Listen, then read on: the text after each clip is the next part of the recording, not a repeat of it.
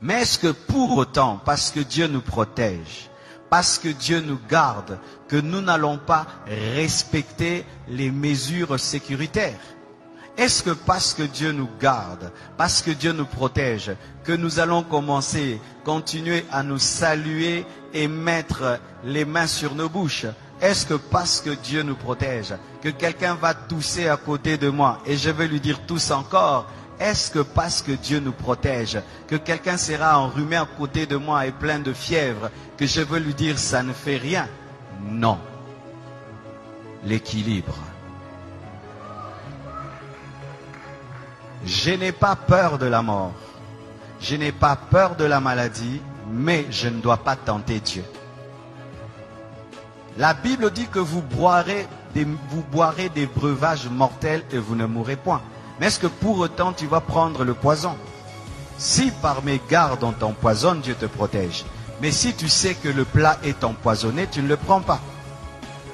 C'est pourquoi nous devons, malgré que nous sommes des chrétiens, respecter les mesures sécuritaires. On ne se salue plus avec les mains.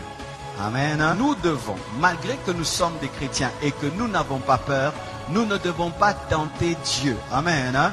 Nous devons. Alors nous ne devons pas nous moquer de ces églises. Nous entendons en Europe, elles ont fermé. Ah, le pasteur n'a pas la foi. Le pasteur n'a pas la foi. Le pasteur n'a pas la foi. En Europe, il y a des gens qui ont été contaminés à l'église. Il y a des prédicateurs qui ont été contaminés. Il y a des familles de pasteurs qui ont été contaminées. Ce n'est pas parce que tu es chrétien que tu es fou. Amen. Ce n'est pas parce que tu es chrétien que tu sais qu'à l'école, il y a des enfants malades. Toi aussi, tu envoies tes enfants. Ce n'est pas parce que tu es chrétien, que tu es médecin, que tu ne vas pas porter le cache-nez. Ce n'est pas parce que tu es chrétien que tu ne vas pas laver les mains. Ce n'est pas parce que tu es chrétien que tu ne vas pas veiller sur ta santé. Sinon, il ne faut pas manger. Dieu va te nourrir. Il ne faut pas te laver. Dieu va te laver. Amen. Alors, mes frères, ne tombons pas dans la folie. Ayons la foi. Amen. Même Jésus, quand on voulait le tuer avant le temps, il fuyait. Jésus fuyait la mort quand ce n'était pas le temps de mourir. Il n'a pas dit, je suis le crucifié, tuez-moi. Non, quand il était bébé, il a fui la mort. On l'a amené en Égypte. Chaque fois qu'on voulait le tuer avant le temps de Dieu, Jésus évitait, il fuyait. Mais quand le temps est venu, il a accepté la mort. Et la Bible dit ceci, soyez simples comme des colombes, prudents comme le serpent. Donc si demain on nous dit qu'il faut respecter un maître, tu respectes un maître. Amen. Si demain on dit, eh bien maintenant il y a des millions de personnes, même au Congo, les églises ferment, on ferme. Fermer l'église, ce n'est pas fermer la foi. Fermer un bâtiment, ce n'est pas fermer l'église, parce que l'église n'est pas un bâtiment. Je vais venir là. Amen. Parce qu'il y a des gens qui, au nom de la foi, ils vont aller tenter Dieu et Dieu va leur prouver ce verset de Matthieu 4, versets 5 à 7. La Bible dit dans Matthieu 4, versets 5 à 7, le diable transporta Jésus dans la ville sainte, le plaça sur le haut du temple et lui dit, si tu es le Fils de Dieu, jette-toi en bas, mets-toi en danger. Si tu es le Fils de Dieu, jette-toi en bas, mets-toi en danger. Dieu te protège, car il est écrit, il donnera des ordres à ses anges à ton sujet, et ils te porteront sur les mains. Il lui présente une promesse de protection. Maintenant, il dit, mets-toi en danger, parce que Dieu a dit qu'il va te protéger quand tu seras en danger. De peur que ton pied ne heurte contre une pierre. Jésus lui a dit quoi? Tu as raison, je vais te prouver que je suis Fils de Dieu. Je vais me jeter et les anges vont venir. Il a fait ça. Il a dit quoi? Tu ne tenteras pas le Seigneur ton Dieu. C'est dire quoi? Tu n'obligeras pas Dieu à agir. On n'oblige pas Dieu à agir même s'il a promis.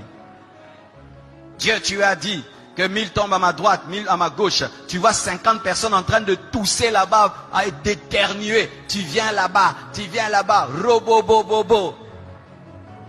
Vous avez Covid-40. Amen.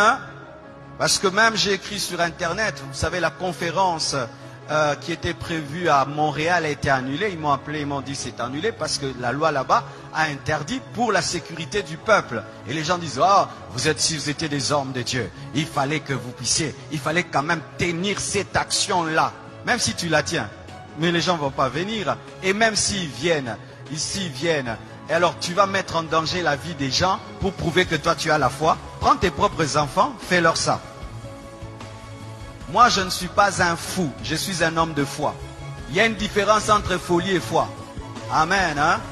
Alors mes frères et sœurs, Jésus ne s'est pas jeté parce que Dieu a dit qu'il allait le protéger.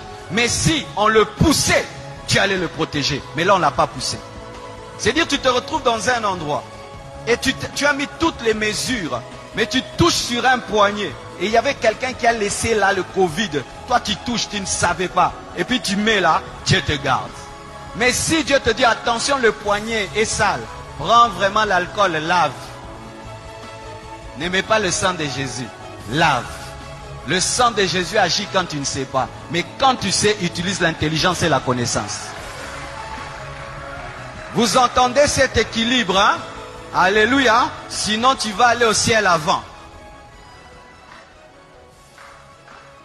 Amen. Je suis allé dans un hôpital, je trouvais un frère de l'église, il avait un cache-nez. Je vais dire, frère, tu manques la foi? Non, il a la foi, il a la foi. Mais est-ce que parce que tu as la foi, tu n'as pas porté des chaussures? Pourquoi vous portez les chaussures? Pas seulement parce que c'est beau, pour ne pas marcher sur le feu, ne pas marcher sur la saleté, ne pas marcher sur des épines, ne pas marcher sur des pierres qui font mal. Mais comme tu es chrétien, marche pieds nus, parce que Dieu va te protéger, tu ne vas pas te blesser. Tu as le zèle de l'évangile. Tu as les chaussures, le zèle de l'évangile. Amen. Hein? Donc, vous ne devez pas tomber dans une fausse foi qui est en soi tenter Dieu. Amen.